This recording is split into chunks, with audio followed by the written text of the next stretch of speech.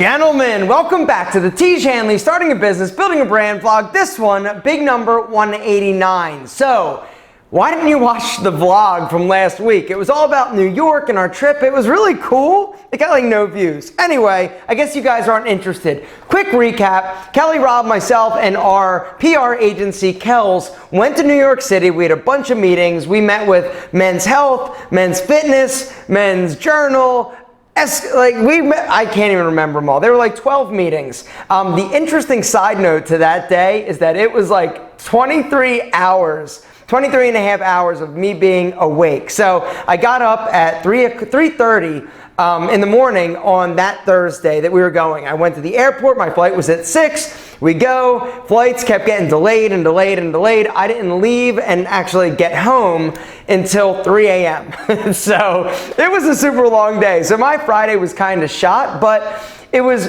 productive, I think. It was really good for us as a team to get up there and to just talk about Tiege Hanley. I think we'll get something out of it. I don't know what. I don't know how that all works, but it was definitely, I think, beneficial for us to actually go up there. It was awesome. It was just cool seeing Rob and Kelly. I typically will only see them like 4 times a year, once a quarter, and so it was good just to get up there and you know, I love those guys. And so just us being Tiege team, or Team Tiege, and doing our thing, it was cool. New York is just such an amazing city. If you guys haven't been there, I highly recommend going. It is like stimulation overload though. There's so much going on, the noises, the sounds. It was a great time, and it was a fun whirlwind of a day, but it was definitely long. So the trip was awesome. It was long and it was grueling, but it was cool to go do that. We'll see what happens. Something today though that I would like to talk a little bit about, and there's multiple facets to why I want to talk about Suitsupply, and the fact that a dream of mine recently came true. For those of you who've been following me on my Alpha M YouTube channel for a while, for the past 5 years, I have been a lover and a fan of the store Suitsupply. Suitsupply, it's a terrible name. It's admittedly a terrible name by the Vice President, Nish, that I was fortunate enough to spend a lot of time with the other day. But it's a brand, they're a unicorn. I talk a little bit about Tiege Hanley being this like unicorn in our space, right? We have done incredibly well. We have funded our own growth. We have not acquired any money, and we've been able to grow. We haven't scaled to the degree at which we want to, but Suitsupply is a very good example, an amazing example of another one of those unicorns. A store that really shouldn't have worked here in the US, but it has, and it's thrived. And so I wanted to just talk a little bit about Suitsupply because I got to hang out, spend some time with the owner, Nish. We went to dinner after we filmed the video. And what he told me, and the story, the Suitsupply story, is just an entrepreneurial tale of epic proportion. And the fact that they have been able to do what they have done despite all odds, despite any marketing, because that's the other thing, they have done no marketing. Here's something, a little feather in my cap, and something that I'm really proud of. I am the first person they have ever paid to promote their brand. They have done no marketing whatsoever. Zero. And that is something that is just crazy to me.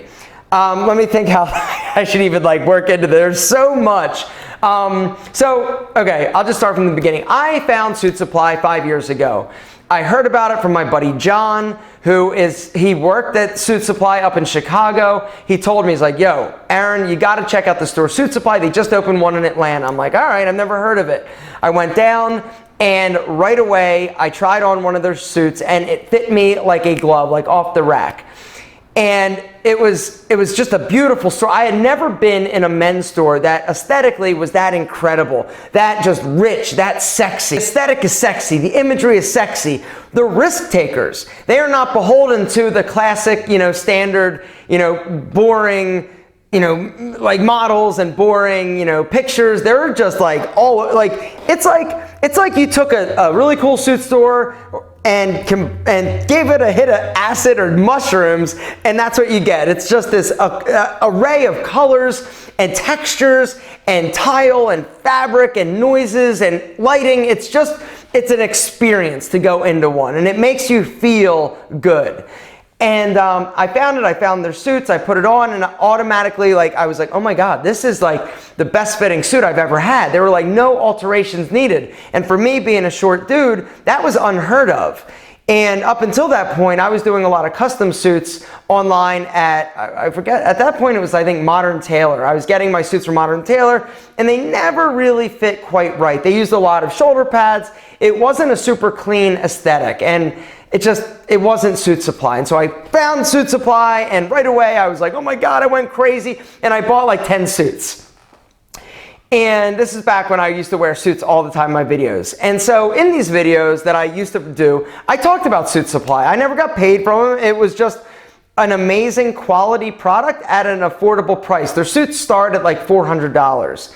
And for the level of quality, all their suits have like functioning buttonholes, fully canvased, like the fabric, everything. It was like next level stuff that I had never experienced.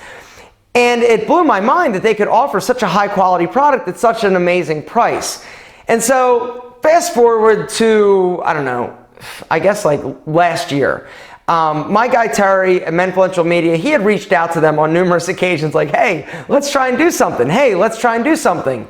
They had been like kind of warm to like me like coming in and filming, but they're like, we're not paying, we're not letting them promote. I even went to them and tried to get them just to give or gift some suits for the Alpha M project, and they weren't into it. They were not about spending money on marketing. They didn't believe in it. And their whole thing is they wanted to be just a brand built on word of mouth. The way that they kind of made their big like splash was a newspaper article in the Wall Street Journal. They had just opened their Manhattan store, and the Wall Street Journal did this test where it had all of these suit manufacturers send the Wall Street Journal a suit. You had to strip out all of the labels, all of the logos. There was no identifying marks or characteristics on these suits. Everything from $3,000 suits to cheap suits. And they did a comparison to find the best suit value for the buck. And I think it was just like the best suit. Like, who made the best suit? And so it was completely blind. It was a test, and Suitsupply was the winner. And this is what put Suitsupply on the map. They won with a $400 suit compared to everybody else who was sending like $1,500, like not 500, but like thousands of dollar suits. Like, they were the winner. And so that really put Suitsupply on the map here in the US. Suitsupply was started in 2000 by a gentleman. It's his name I really screw up on. It's like Fokke de Jong or something. I'm sorry. I should be better at pronouncing his name. He started it out of his dorm room in 2000. He was teaching as like a professor or something. I'm totally going to butcher the story a little bit. He was teaching as he was doing something at some fashion school over in like Amsterdam. And one of his students was this guy, Nish. Well, Nish was a student and loved suiting and was in the school, and this guy that started Suitsupply was Nish's like professor. And so Nish ends up leaving, working for this big Italian style house in Italy. He lives at their castle. He learns the industry, and he kept in touch with the guy who started Suitsupply. And what happened was, about 4 years after he graduated, or 4 years after he was working for this Italian company, he met this guy in New York, and he said, I want to bring Suitsupply to the US. At this time, Suitsupply had like 21 stores. And the founder was like, it won't work. It just won't work in the US. And Nish was like, no, this will work. And so, long story short, Suitsupply now has 45 locations in North America, 121 stores worldwide. They have never taken one penny of investment, and they are crushing it. like crushing it. And it's all built on word of mouth. The reason why they're so successful is, one of the reasons is they're completely vertically integrated. They own the manufacturers for their suits. They buy their fabrics over in Italy. It's just an incredible story. They're about to, little side note, they're about to start having some small little like 800 square foot shops in like Nordstrom's and sell suits there. They're trying to get the word out. They're trying to make Suitsupply a bigger name, a bigger brand. And one of the things that they decided to do, because I was such an avid supporter of them for so long, Nish went to his marketing person and said, hey, you know, what do you think we should do? I want to do something. And she said, there's one guy that you gotta let promote Suitsupply, and it's Aaron. I've been a huge advocate and supporter for Suitsupply for like 5 years now. And apparently a lot of people that go into Suitsupply say, oh, I saw Alpha M's video. And so they finally decided to give me a shot, and we filmed 2 videos. The first video was the one that I posted this past week. I was wrong about Suitsupply. I was wrong. They couldn't get any better, and they did. That video got a lot of hate because people said that it was clickbaity. Okay. I'm sorry. It's a great video. It's incredibly edited. It's a sexy introduction to Suitsupply. It's an amazing video. The second video we filmed was all about like suit mistakes guys make, and I actually had some of the sales associates at Suitsupply give one of the mistakes. And so 5 Suitsupply associates giving a mistake, and then I go through the store and sort of talk about it. That video is gonna do really well in terms of views, in my hopes and opinion. But it was an amazing day. It was amazing because, you know, I've loved Suitsupply. They are hands down my favorite men's store, and there are a few reasons for that. Number 1, of course, it's sexy. 2, the clothing is amazing. 3, the value is just better than anything else out there. And Suitsupply, they are freaks about the details. It's all about the details. And it's just a perfect example of, if you offer an amazing product at a fair price, the word spreads. And this is sort of a business lesson. If you offer a superior quality product at a fair price, the word spreads, and you're able to grow at scale. And just listening, it's so funny because, you know, I was at dinner with Nish and Terry and a few other people, and we were just sitting there hanging out talking, and Nish and I were just having a conversation. Nish is the one responsible for bringing Suitsupply to the US. He's from Amsterdam. He's actually a Sri Lankan orphan that got adopted, went to school, and his story is one of just like every time like you think like, oh, you're doing well, right? This always happens to me. Like, you think you're doing well, right? You're killing it. You're doing great. Your business is successful. Then you meet somebody that's killing it on a level that is like out of this world. Here's the thing that's so like, not demoralizing, but just shows you that anything is possible if you work hard and you're smart and you're diligent. Nish, the vice president of Suitsupply, who brought it to the US and done all this like amazing things and getting ready to do even more amazing things, 34 years old. 34 years old. I almost like stepped out in front of a car to end it. I'm like, oh my God. I'm like, what have I done with my life?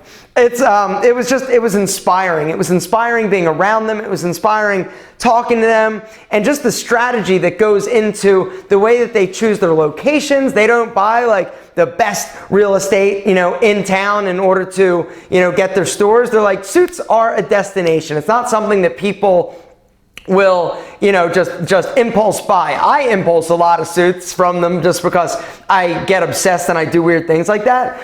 But their stores are never like the sexiest locations. Typically they go for like sort of second tier real estate, and a prime example of that is their store in Chicago. If you guys are ever there, one time I was in Chicago recently for a Tiege Hanley thing, and I'm like, oh, Suitsupply's around, I want to go and see what they have. And so I Google search it, and they're like Oak Street and Rush. I think it's like Rush and Oak Street, which is a really nice area in Chicago. And I'm there and I'm looking, and it's saying like 0.00 miles away. I'm like, where the hell is it? I couldn't find it. I call them. They're upstairs. All I had to do was look up. They're on the 4th floor of this building.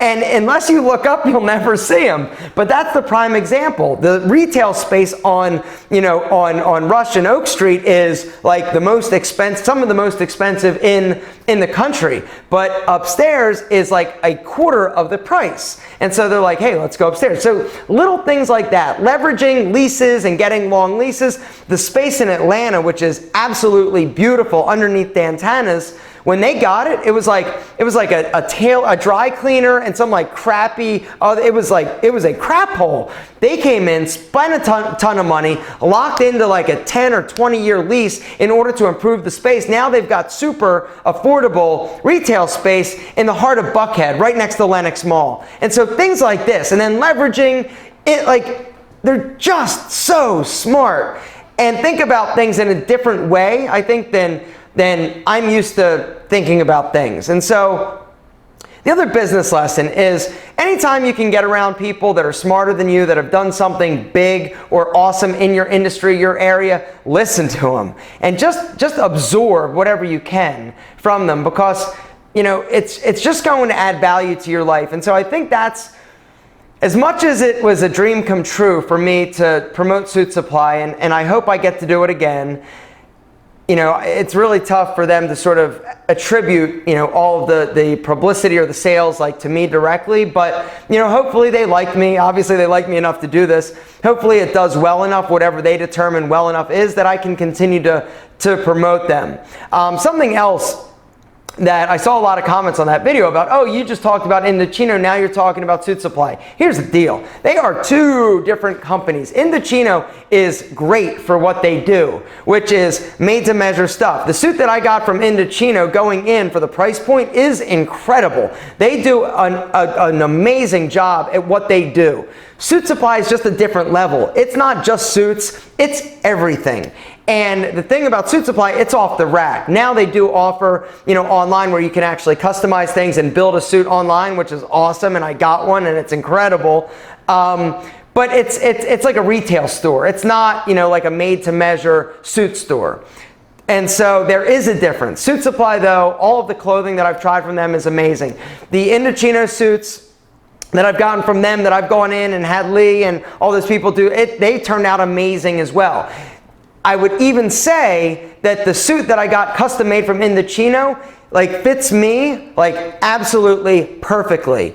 The Suitsupply suits that I bought off the rack, they're little things that could be better, but they're off the rack. And so they have 6 templates. And so, I get this chest pucker because my chest is a little bit larger on Suitsupply suits. It doesn't matter what suit. If I'm wearing a 36 short, I get a little bit of a chest pucker or a bump. It's sort of like a hollow indentation. My Indochino suit doesn't do that. And so it's not that I don't love Indochino for what they are, but Suitsupply it's a different level, it's a different store, it's a different concept. And so I love them both. I'll promote both of them amazingly well. I just have a soft spot in my heart for Suitsupply because it's a brand that I've loved for so long. I promoted, I did a video talking about my Hugo Boss suit versus my Suitsupply suit, a little brand battle. I love Suitsupply, and it's really hard to find anything wrong with them.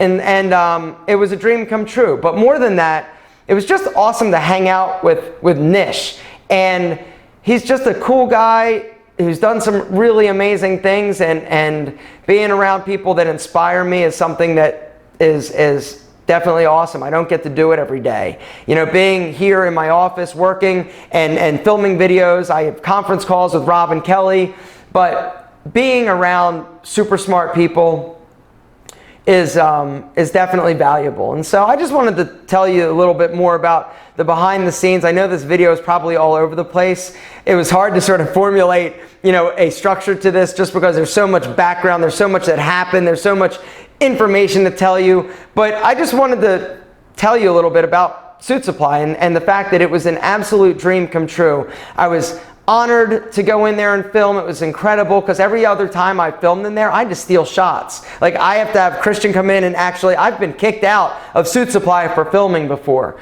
And so having it kind of come full circle, and now Nish was like, yo, anytime you want to go into a store, you just let them know that Nish said it's okay. It's cool, and it's just a lesson in, you know, sometimes you don't know where things are going, but ultimately things can work out and be awesome. And this was a great example of that. And so I just wanted to tell you the story. Hope you guys dug it. If you ever get the opportunity, check out Suitsupply. They're not paying for this video. I'm just telling you that it was awesome. And since this is a business blog, there's a lot of business aspects and elements in this. I hope you got something from it. Down in the comments, I want to know if you've got a business question and made it this far in this vlog. Down in the comments, start it with business question and then ask your question. Next week, we're going to get to more of your business questions. Last vlog, there were like none. There were like very little views. I also would recommend, if you're looking for a little more Tiege Hanley action, why don't you go watch last week's vlog number 188. It was awesome. It was a vlog. We were together walking around NYC. It was awesome. Guys, not as awesome as you, of course, because you are the reason Tiege Hanley is as amazing as it is. Without you, this whole thing doesn't work. Guys, thank you so much for everything. We love you more than our double monk straps shoes. Down in the comments, business question next week. We're answering yours because you are what this is all about.